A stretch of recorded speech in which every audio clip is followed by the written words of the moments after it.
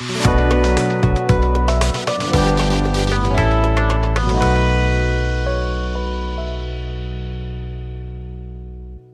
मित्रांनो.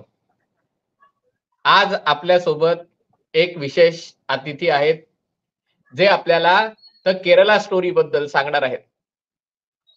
याची पार्श्वभूमी अशी आहे, की भारत सरकारने हे खरं तर दूरदर्शन स्वायत्त आहे, पण तरी लोकं समजतात, नाही समजतात. दूरदर्शननी द केरला स्टोरी हा चित्रपट टीव्हीवर दाखवण्याचं ठरवलं आणि त्याच्यामुळे केरळमध्ये एका वादाला सुरुवात झाली. केरळ सरकारनी जे अर्थात कम्युनिस्ट सरकार आहे, त्यांनी त्याचा विरोध केला आणि अशा प्रकारचे चित्रपट दाखवता येणार नाहीत, अशी भूमिका त्यांनी घेतली. हे होत असताना एक आणखीन नवीन वाद निर्माण झाला. तो म्हणजे केरळमधल्या काही प्रमुख चर्चनी आपल्या तरुण कार्यकर्त्यांना किंवा ते देवळात भाविक येतात, चर्चमध्ये जे भाविक येतात, त्यांचे जे लोक आहेत, त्यांना द केरला स्टोरी चित्रपट दाखवून त्यांना एक प्रकारची जाणीव त्यांच्यात निर्माण करण्याचा प्रयत्न केला, की कशाप्रकारे लव्ह जिहाद हे वास्तव केरळमध्ये आहे.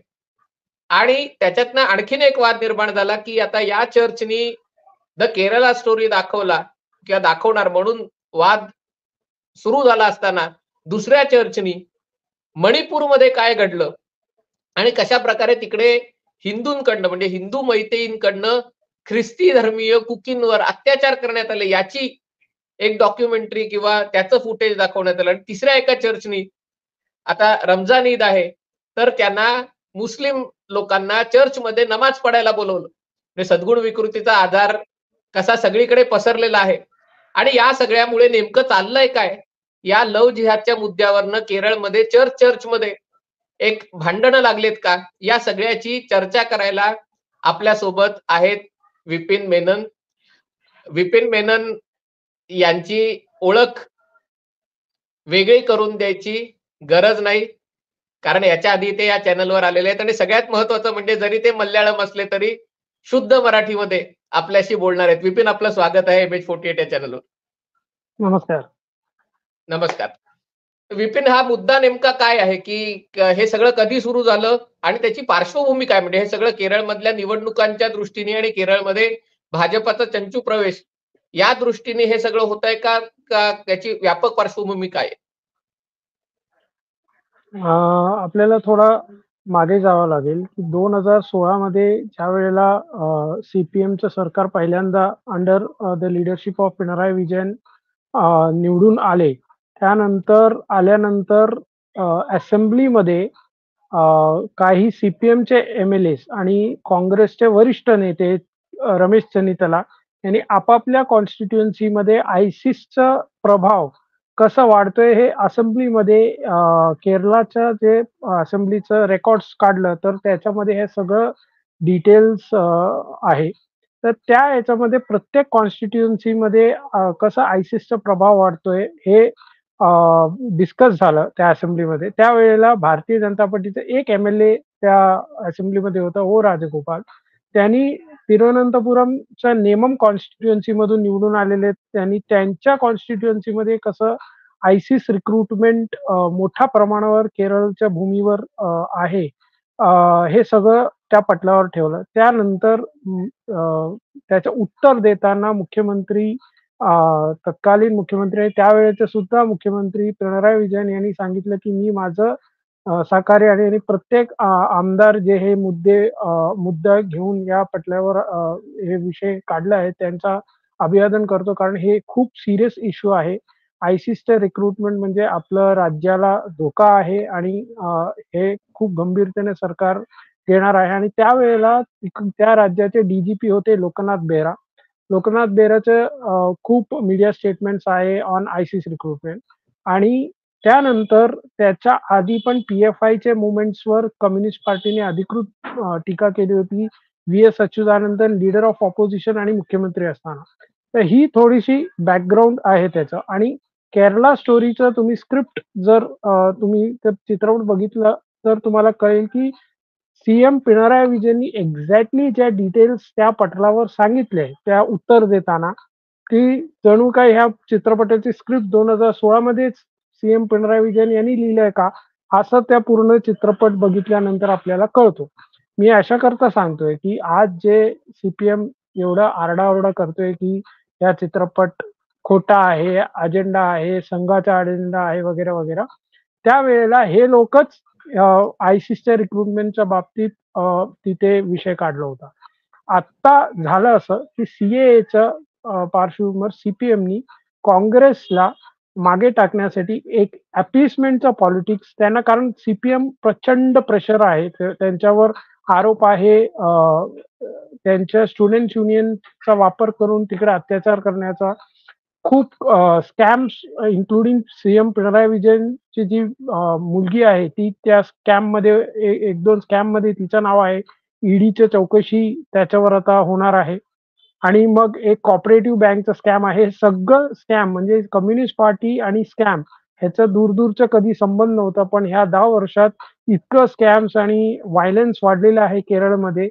ते झाकण्यासाठी त्यांना काहीतरी एक मुद्दा पाहिजे होता. ते सीएचा मुद्दा झाल्यानंतर लगेच ज्यावेळेला दूरदर्शन सारखं चॅनल जे फारसं कोणी बघत नाही, तिथे हे चित्रपट आला तर त्याला पब्लिसिटी देण्याचं काम सीपीएमनी केलं. सीपीएमनी केल्यानंतर काँग्रेस पण मग मागे कसं राहणार म्हणून त्यांनी सुद्धा इस्लामिस्ट अपीसमेंटसाठी त्याचा विरोध केला आणि नंतर ते विरोधच्या पार्श्वभूमीवर एका चर्चचं जे एक केरळचं एका चर्चचं जे सभा असतो, त्या सभेचं जे मेन बिशप किंवा तिकडचा जो अधिकारी असतो, त्यांनी हे निर्णय घेतला, की 15 ते 17 वयोगटाच्या जे मुली आहेत, ख्रिश्चन मुली आहेत, त्यांना हे चित्रपट ॲज अ एक्झाम्पल म्हणून जे खोट्या प्रेमात कसं पडू नये एक्झाम्पल म्हणून दाखवायचं असं निर्णय घेतला. त्याच्यानंतर ज्या सीपीएमनी, डीवायएफआयनी, एसएफआयनी दूरदर्शन आणि इतर ऑफिसवर प्रोटेस्ट मार्च केलं. ते कुठल्याही चर्चच्या द्वार इथे जाऊन प्रोटेस्ट मार्च करायची हिंमत झाली नाही. एवढंच नाही तर त्याच्यावर इस्लामिस्टांचं ज्यावेळेला प्रतिक्रिया आली, त्यानंतर त्यांना कुठेतरी हिंमत आली, की आम्ही पण त्याच्यात बोलावं. तर हे सगळं घटना आहे. डेफिनेटली ख्रिश्चन कम्युनिटी थोडासा आता या सगळ्या वातावरण जसं तापलं आहे, ते थोडंसं डिव्हायडेड आहे आणि त्याचा डेफिनेटली ॲडव्हांटेज कुठेतरी भारतीय जनता पार्टीला इनडायरेक्टली मिळतोय. या सगळ्याकडे वळण्यापूर्वी मला एक काही छोटे प्रश्न विचारायचे आहेत, ज्यांची उत्तरं आपण जर 1-2 वाक्यात दिली, तर म्हणजे लोकांना एक ती आणखीन व्यापक पार्श्वभूमी कळायला मदत होईल. केरळमध्ये हिंदूंची लोकसंख्या किती आहे? ख्रिश्चनांची लोकसंख्या किती आहे? मुसलमानांची लोकसंख्या किती आहे? अधिकृत आकडे म्हणजे आपल्याकडे जे आहे म्हणजे ते पण एक्झॅक्ट नाहीये. पण अंदाजे थोडंसं चालू शकेल, राउंड अबाउट चालू शकेल 2011च्या एक जनगणनेनुसार. 51-52% वरती हिंदू नाहीये. 52% मॅक्सिमम हिंदू. त्यात 17% ईळवा कम्युनिटी आणि 15% नायर कम्युनिटी आहे. डॉमिनंट 2 कम्युनिटी आहे, जे जवळ-जवळ 32% होतात. मग बाकी छोटे-मोठे कम्युनिटी अजून पकडलं आणि तर या त्यात 2 दलित याच्या 5% एकमेकांची वगैरे. या 2 कम्युनिटीचा एकमेकांशी पटत नाही. का असं काही पटत नाहीये? पटत नव्हतं, पण त्याच्यात पक्षीय राजकारण होतं. त्यामुळे ते एकमेकांना दूर ठेवण्यात आलं. कारण काँग्रेसचं वोट बँक होतं मुस्लिम, ख्रिश्चन आणि नायर आणि ह्यांच्या बाकी हिंदूसह जे कास्ट आहे, त्यात डॉमिनेंटली ईळवा आणि मग सेक्शन ऑफ मुस्लिम्स सीपीएमचा वोट बँक होता. पण सीपीएमचं मेजर वोट बँक हे हिंदू होते. त्यामुळे त्यांना कायम ते डिव्हाईड करून ठेवलं होतं ते. म्हणजे त्याच्यामध्ये मुसलमानांच्यातले जे सेक्युलर म्हणजे खास करून जे कम्युनिस्ट विचारसरणीचे होते ते कम्युनिस्ट पक्षाकडे होते आणि जे त्यातले खास करून धार्मिक धर्मांध मुसलमान होते हे केरळमध्ये काँग्रेसकडे होते कारण त्यांची इंडियन युनियन मुस्लिम लीगची युती होती. बरोबर? बरोबर आहे. पण ते मला वाटतं ती स्थिती 1984 नंतर पण बदलली एक म्हणजे आणि हार्डकोर आपण हिस्टॉरिकच हो. बोलतोय. Yes, yes, yes, yes. आणि उरलेले म्हणजे साधारणतः 50-51% हिंदू धरले. मला खात्री आहे की त्यांची संख्या आणखीन कमी झाली असणार. पण उरलेले जे 50% त्याच्यामध्ये मुसलमान आणि ख्रिश्चन यांची संख्या किती आहे? 27% मुसलमान आणि 22 ते 23% ख्रिश्चन आहे. आणि आता याच्यामध्ये एक मोठा बदल होतोय तो म्हणजे मुसलमानांची संख्या जी 27% आसपास होती ती झपाट्याने वाढतेय. खास करून मलप्पुरममध्ये वगैरे उत्तर केरळमध्ये एक त्या आयसिसच्या प्रभावामुळे, अन्य मूलतत्वाच्या प्रभावामुळे आणि ख्रिश्चनांची संख्या कमी होते कारण त्यांच्याकडे लग्न उशिरा होत आहेत, मुलं होत नाहीत किंवा अशा प्रकारचे लोकं देश सोडून बाहेर कामासाठी गल्फमध्ये जातात. बरोबर आहे. त्यामुळे ती ख्रिश्चन लोकांना जी पारंपरिकरित्या जे भाजपाला कधी मतदान करत नव्हते, त्यांच्यासाठी त्यांची घटती लोकसंख्या आणि मुसलमानांची वाढती लोकसंख्या आणि मग मुस्लिम संघटनांकडनं केला आक्रमक प्रभाव हा त्याचा प्रमुख मुद्दा आहे. मग दुसऱ्या प्रश्नाकडे येतो खास करून हे नाही, केरळमध्ये हां. त्याच्यात अजून एक अँगल आहे. काही इंटरनॅशनल जे इन्सिडेंट्स घडलेत, जसं हागिया सोफिया जे मॉस्क होता, हो. त्याचा प्रभाव आहे. इस्रायल आणि पॅलेस्टाईनचा जे विषय आहे, त्याच्यामध्ये हं, सुद्धा ख्रिश्चन आणि मुसलमानमध्ये मतभेद आहे. हं, आणि असे 2-3 विषय आहेत जे ह्या सगळ्याचं ग्राउंड आहे, जे डिफरन्सेस वाढल्याचं ग्राउंड आहे, त्याच्यात एक प्रमुख कारण आहे, की सौदी आणि दुबईमध्ये ख्रिश्चन आणि मुसलमानांची संख्या आता तुलनेने सेम झालेली आहे.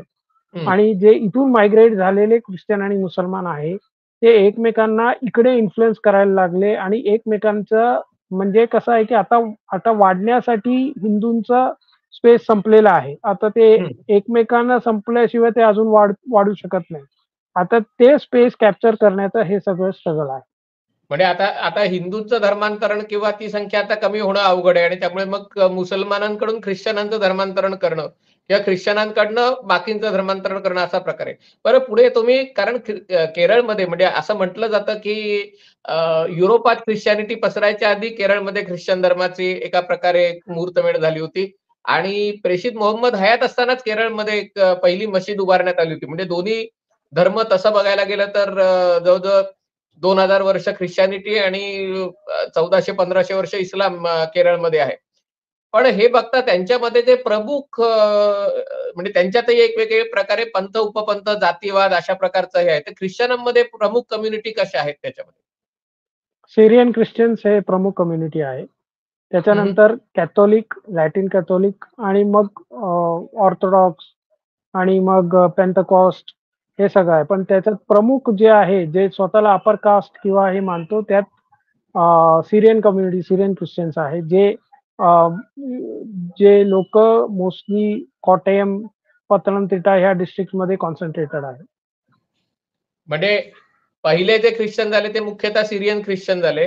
म्हणजे येस. कॅथलिकिझम सुरू व्हायच्या आधी. मग जे ख्रिश्चन झाले ते कॅथलिकिझम आणि त्याच्यातही कॅथलिक आणि लॅटिन कॅथलिक्स आणि नंतरच्या काळात खास करून जे इव्हांजेलिकल्स आणि म्हणजे प्रोटेस्टंट वेगवेगळ्या अमेरिकेतल्या पंथामुळे जे आणि त्याच्यामध्ये मुख्यतः दलित ख्रिश्चन आणि हे सगळे दलित ख्रिश्चन. हो. पेंटाकोस्टल वगैरे हे आहेत. मुसलमानांच्या मध्ये काय साधारणतः त्याच्यामध्ये सुन्नी, शिया किंवा त्याच्यातही जे अरब इस्लामच्या प्रभावाखाली असलेले, तुर्कीच्या प्रभावाखाली असलेले असं काय काय त्याच्यामध्ये कर्तव्य? मुसलमानांमध्ये सेक्ट्स आहे, पण सुन्नींचा डॉमिनेशन आहे आणि त्यात अरबीपेक्षा अरबांचा डॉमिनेशन अशाकरता आहे कारण हे सगळे त्यांचे सगळे व्यवसाय आणि बाकीच्या गोष्टी अरबी राज्यात आहे. तरीसुद्धा त्यांच्या एक आयडिओलॉजिकल कमिटमेंट हे टर्कीसोबत आहे. त्यामुळे ते दोन्ही बॅलन्स करून हे करतात.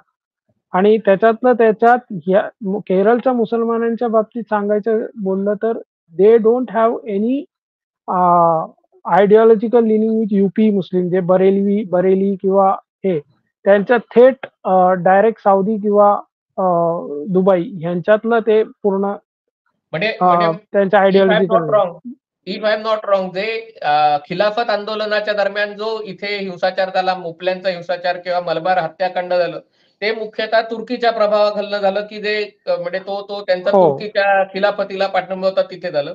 आणि नंतर जो येस, अरबांचा येस. प्रभाव खास करून जाणवायला लागला, म्हणजे तो पूर्वीचे व्यापारी संबंध तो त्यातला एक भाग आहे.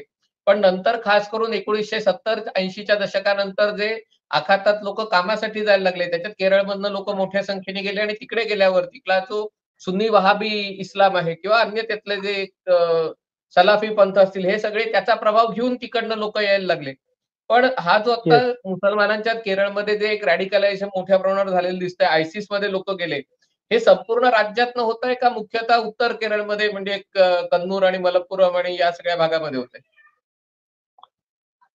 नाही, हे मोस्टली कॉन्सन्ट्रेटेड असं एका कुठल्यातरी रिजनमध्ये ते स्पेसिफिक आहे असं नाही. ते काही लोकं तिरुवनंतपुरममधून गेले, काही लोकं कोट्टयममधून गेले, काही लोकं मलबारमधून गेले. पण ह्यांचे जे पॉवर सेंटर्स अक्रॉस द आहे बोर्ड. हं, हं. हां, पॉवर सेंटर्स आहे दॅट इज नॉर्थ केरला. ते मंगळूरचा जो पट्टा आहे तिथून मंजेश्वर, कन्नूर पर्यंत जो एरिया आहे तिथे त्यांचं कॉन्सन्ट्रेशन आहे. खास करून मलप्पुरम डिस्ट्रिक्ट आणि बाकी सगळे. पण याचा खूप मोठा जो रोल प्ले करतोय तो पॉप्युलर फ्रंट आणि अदर ऑर्गनायझेशन, एनडीएफ म्हणून एक ऑर्गनायझेशन आहे जे आधी सिमी होतं.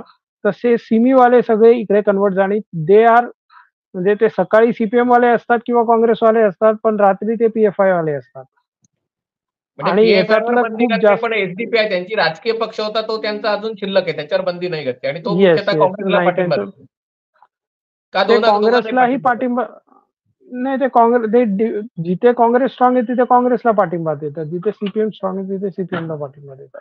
आता आता या लव्ह जिहादच्या मुद्द्याकडे वळण्याच्या पूर्वी याला सगळ्याला सुरुवात झाली माझ्या माहितीप्रमाणे एक म्हणजे सुरुवात खरी बरीच पूर्वी झाली असेल, पण आत्ताच्या काळात जे एक प्रमुख इन्सिडेंट होता तो म्हणजे एका ख्रिश्चन प्राध्यापकाचा हात कापण्यात आले त्यांच्या विद्यार्थ्यांकडनं. त्यांनी काहीतरी शिकवताना इस्लामबद्दल काही चुकीचे वक्तव्य केलं म्हणून. तर ती त्याची शॉकिंग म्हणजे ती एक अशा प्रकारचा हिंसाचार केरळमध्ये होऊ शकतो. त्याच्यातनं हे ख्रिश्चन समाजाच्या एका बदलाला सुरुवात झाली का? नाही. याची सुरुवात ॲक्चुअली म्हणजे बदलायची सुरुवात ते ते जे इन्सिडेंट झालं त्याला फार काही ख्रिश्चन समूहानी सिरियसली घेतला नव्हता. ते वन ऑफ द इन्सिडेंट म्हणून त्यांनी पाहिलं त्याला. Fact of the matter is 2019 मध्ये ज्यावेळेला श्रीलंकामध्ये बॉम्बस्फोट झाला हं. आणि त्याचे काही इस्टरला. लोकं केरळमध्ये इस्टरला त्याचे काही लोकं केरळमध्ये सापडले किंवा त्याचे काही रूट्स केरळमध्ये सापडले. तिथे ठिणगी पडली आणि तिथे फ्रिक्शन्स पडलं आणि तिथून पुढे अ, 2019 नंतर ज्यावेळेला 2019 मध्ये लोकसभेला ख्रिश्चन आणि मुसलमानांनी एकत्र राहून निवडणूक हे केलं. त्यावेळेला तिथून पुढे ज्यावेळेला एक-एक फादर येऊन लव्ह जिहादच्या विरोधात असेल, आयसिसचं टेरर मॉड्यूल असेल, बाकीच्या गोष्टीवर असेल, इस्रायलच्या समर्थनात त्यांचे भाषण असेल आणि ते सगळं मीडियाच्या ह्याच्यात नाही, तर ते सगळं त्यांच्या चर्चमध्ये केलेलं भाषण म्हणजे त्यांच्या जे डिव्होटीज आहे ख्रिश्चन त्यांना इंटरनली ज्या गोष्टी सांगितलेल्या आहेत, ते सगळं क्लिप्स व्हायरल झाले आणि तिथून खरं हे सगळं विषय ट्रिगर झालेला आहे.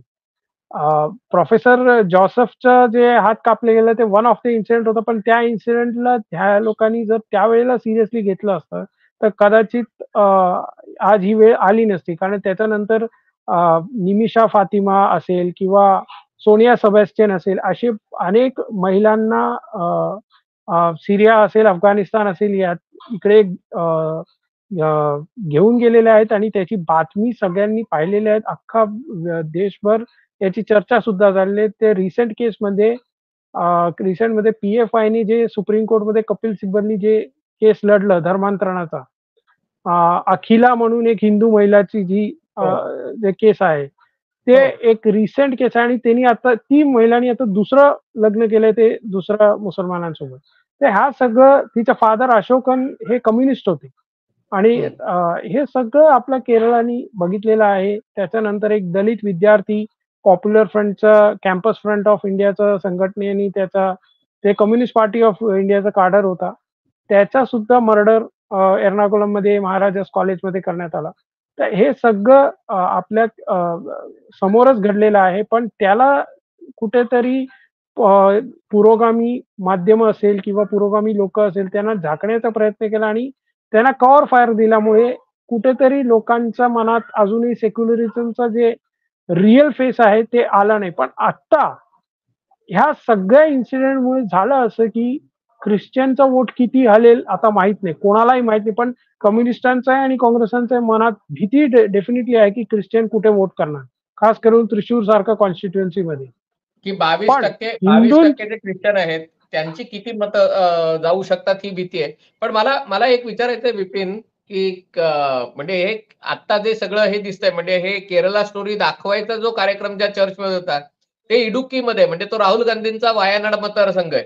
आणि तिकडे राहुल गांधी आपला सेक्युलर चेहरा नाही, पुढे नाही. करून का इडुक्की वायनाडमध्ये नाहीये? नाही, नाही, नाही, नाही. नाही, नाही, नाही. मग इडुक्की, कुठल्या मतदारसंघात? पतनमतिट्टा आणि इडुक्की, पतनमतिट्टा आणि एर्नाकुलम अ, जिल्हा आहे. त्याच्यामध्ये एक माउंटन एरिया म्हणतो आपण. It is in south Kerala, middle south Kerala. Wayanad is in north Kerala. त्यामुळे इडुकी, कोट्टयम, सेंट्रल सदर्न जे डिस्ट्रिक्ट आहे हे पूर्ण ख्रिश्चन डॉमिनेटेड आहे. म्हणून मी आधी सांगितलं की इस्लामचा एक्सपान्शन ऑन हिंदूज आता सॅच्युरेशन पॉइंटवर आला. आता इथून पुढे हिंदूंना धर्मांतरण करणं कठीण होतं. त्यामुळे आता मग उरलेली स्पेस कुठे, तर एकमेकांचा स्पेस खाणं. त्यामुळे ते नॉर्थर्न पार्ट पूर्ण इस्लामिक झाल्यामुळे जो सदर्न पार्ट आहे त्याच्यात हिंदू ख्रिश्चन डॉमिनन्स आहे. आता हिंदूंना तिथे आता फार कठीण आहे कन्वर्ट करणं. पण जे ख्रिश्चन्स आहे त्यांना कुठेतरी संपवल्याशिवाय इस्लाम मोठं होऊ शकत नाही, किंवा इस्लामिस्टांना संपवल्याशिवाय ख्रिश्चियानिटी मोठं होऊ शकत नाही, अशी स्थिती केरळमध्ये आलेली आहे. त्यामुळे हे आताचा जो इन्सिडेंट आहे की जो आपण बघितला की पहिले केरला स्टोरीचं स्क्रीनिंग एका चर्चने आयोजित केलं, मग दुसऱ्या एका चर्चनी मणिपूरमध्ये काय झालं, म्हणजे कशा प्रकारे हिंदू ख्रिश्चनांना मारतायत. आता ते काही खरं नाहीये, पण एक नॅरेटिव्ह सेट करण्याच्या दृष्टीने ते करायचा प्रयत्न केला. आणि तिसऱ्या चर्चनी म्हणजे जसं आपल्याकडे अर्थात काश्मीरी पंडितांनी ही आपण इफ्तार पार्टी काश्मीरमध्ये ज्यांनी त्यांना हुसकावून लावलं त्यांच्यासाठी इफ्तार पार्टी केल्याचं बघितलं, तसं या चर्चमध्ये ही रमजान ईद साजरी करायचा प्रयत्न म्हणजे तो. तर हे गटतट काय आहे, म्हणजे पूर्णतः राजकारणावर अवलंबून आहे का खरंच असेच धार्मिक त्याच्यामधले मतभेद आहे? नाही, काय नाही. हे डेफिनेटली चर्चचं इकोसिस्टम आता डिवायडेड आहे. एक काही लोकांचं म्हणणं आहे की आपण इस्लामिस्टांचा विरोध करून सेंट्रल लीडरशिप जे आहे मोदींसोबत एक चांगला संबंध ठेवावा. मणिपूरचा विषय केरळमध्ये सामान्य माणसामध्ये ख्रिश्चन सामान्य माणसामध्ये फार रिफ्लेक्ट झालेलं आहे. त्याचं कारण असं आहे की आपण कितीही ख्रिश्चन असो किंवा हिंदू असो, आपल्याला बांगलादेशीचा हिंदूंचा विषय जसं लागत नाही तसं लागतो. पण ते माझ्या समोरचं संकट वेगळं आहे. माझ्या समोरचं संकट माझ्या मुलीचं सुरक्षा आहे. त्यामुळे त्यांना एक्झॅक्ट, तर त्यांना जे विषय थ्रेटनिंग वाटतो ते म्हणजे आता तू जे बोलले मूलतत्ववादी जे विचार आहे इस्लामचा ते आहे. त्यामुळे कुठेतरी मणिपूरचा विषय आणि बाकीचे विषय राजकारणातून प्रेरित आहे आणि ते होणार. म्हणजे निवडणुकीचं काय उरलं आता, किती 10 दिवस उरले निवडणुकीला, इलेक्शनला पहिल्या फेजमध्ये. आणि मला वाटतं केरळमध्ये दुसऱ्या फेजमध्ये इलेक्शन आहे. पहिल्या फेजमध्ये तामिळनाडू, दुसऱ्या फेज म्हणजे 15 दिवस जवळ उरलेले आहेत. त्या 15 दिवसमध्ये सगळं खेळी होणार. पण ह्या सगळ्या ह्याच्यात जे सदर्न केरळाचे जे ख्रिश्चन्स आहे ते पूर्णतः आता थोडाफार डिवायडेड होऊन काँग्रेस आणि कम्युनिस्टांपासून ते अक्षरशः वेगळं झालेले आहेत असं दिसतंय आता तरी त्यांच्या स्टेटमेंटमुळे. पण अजूनही खात्री सांगू शकत नाही ते कुठे शेवटच्या दिवशी चर्च काय आदेश देतो वोटिंग करायला, त्याच्यावर सगळं अवलंबून आहे. पण आता दुसरा म्हणजे ओके कंटिन्यू. दुसरा म्हणजे Bharatiya Janata पार्टीने strong Christian candidate दिलेला आहे, खास करून अनिल के अँटनी जे AK अँटनीचा मुलगा आहे. त्यामुळे आणि त्या कॉन्स्टिट्युएन्सीमध्ये तिन्ही कॅन्डिडेट ख्रिश्चन असल्यामुळे तिकडचं साहजिक हिंदू मतदार बीजेपीचे जे आहे ते वोट जास्त वाढणार. आणि कुठेतरी अँटनीच्या भूमिका पटल्यामुळे ख्रिश्चन मतदार सुद्धा सरकणार ही भीती डेफिनेटली आहे ऑपोजिशनमध्ये किंवा कम्युनिस्ट आणि काँग्रेसमध्ये. आणि त्यामुळे ते जास्तीत जास्त मुसलमानांच्या मताची एकत्रीकरण करण्याच्या स्पर्धेमध्ये आहे. आता ह्या स्पर्धेत डेफिनेटली कोणत्या पक्षाला ते जास्त बेनिफिट होईल ते निवडणुकीच्या नंतर कळेलच. पण एकंदरीत वातावरण पहिल्यांदा 4 ते 5 कॉन्स्टिट्युएन्सीमध्ये आता ख्रिश्चन मतामुळे कुठे टीळ झालं तर त्या उमेदवार जिंकेल ही स्थिती आहे.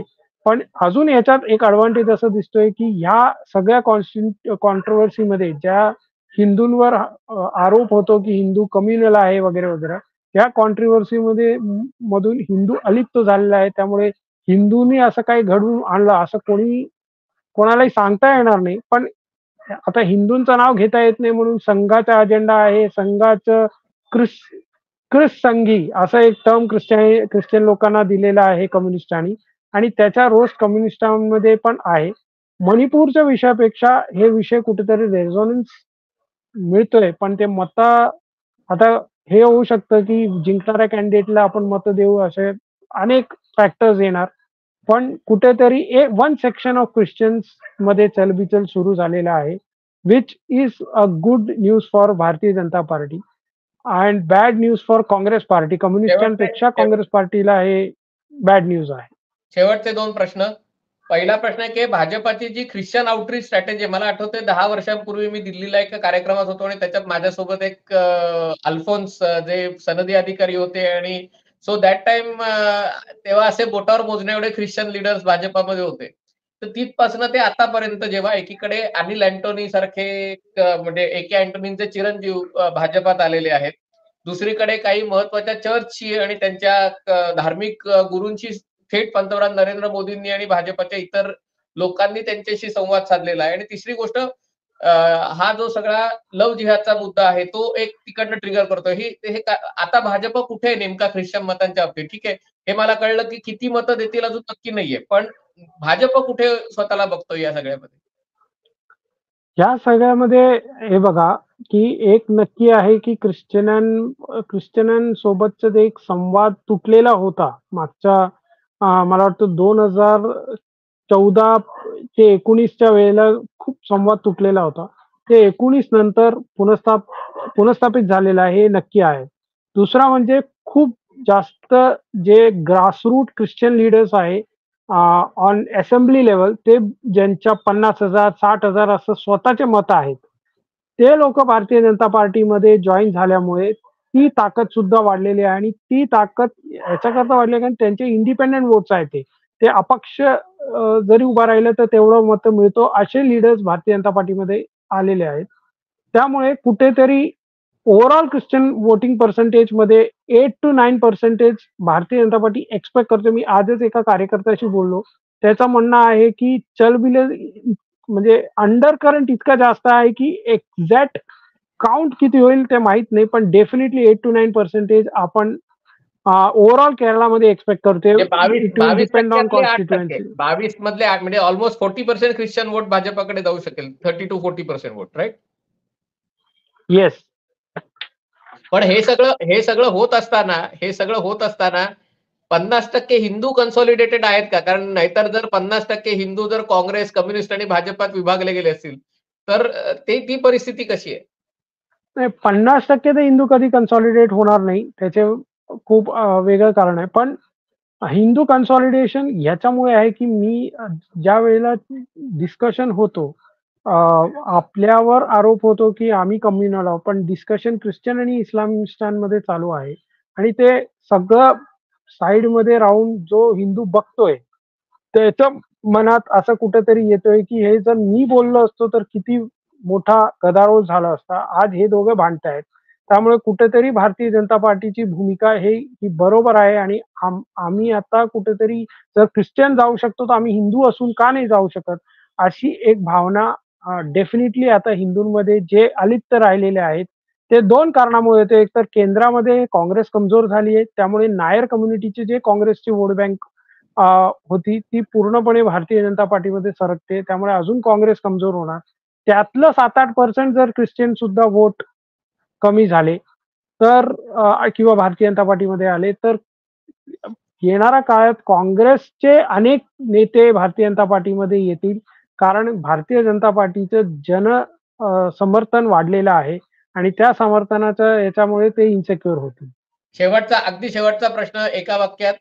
भाजपाला तुम्ही या बदलत्या परिस्थितीत भाजपाला मिनिमम आणि मॅक्झिमम कमीत कमी जास्तीत जास्त किती सीट द्याल 20 पैकी या निवडणुकीत? खरं तर केरळमध्ये सीट देणं हे म्हणजे खूप अवघड गोष्ट आहे. पण मी 3 कॉन्स्टिट्युएन्सी प्रामुख्याने एक्सपेक्ट करतोय, पण एखादा त्यातलं नाही आलं तरी 2 हे आहे, तिरुवनंतपुरम आणि दुसरं त्रिशूर. तिसरा म्हणजे पतनमतिट्टा. पण ह्या तिन्ही कॉन्स्टिट्युएन्सीचे कॅन्डिडेट्स इतकं रडारवर आहे ऑपोजिशन आणि मीडियाचे की ते घाबरलेले आहेत. दुसरा, यांच्या मागे जे जनसमर्थन आहे ते अफाट जनसमर्थन आहे. ते जिथे गेले तिथे गर्दी होतात आणि ऑपोजिशन कॅन्डिडेट पेक्षाच गर्दी होतात. त्यामुळे हे 3 कॅन्डिडेट, हे 3 कॉन्स्टिट्युएन्सी मी बोलू शकतो तिरुवनंतपुरम राजीव चंद्रशेखर, त्रिशूर सुरेश गोपी अँड पतनमतिट्टा जे ख्रिश्चन डॉमिनेटेड आहे ते शबरीमला ज्या कॉन्स्टिट्युएन्सीमध्ये आहे तिथे अनिल के अँटनी. धन्यवाद विपिनजी. आपण केरळबद्दल कदाचित पुन्हा आणखीन एका व्हिडिओमध्ये बोलू, पण आज आपण हे सगळा गोंधळ होता लोकांच्या मनातला तो साफ करण्यासाठी, तो स्पष्टता आणण्यासाठी आज आपण इथे आलात आणि संवाद साधलात. पुन्हा एकदा आपले धन्यवाद. पाहत रहा MH48. धन्यवाद.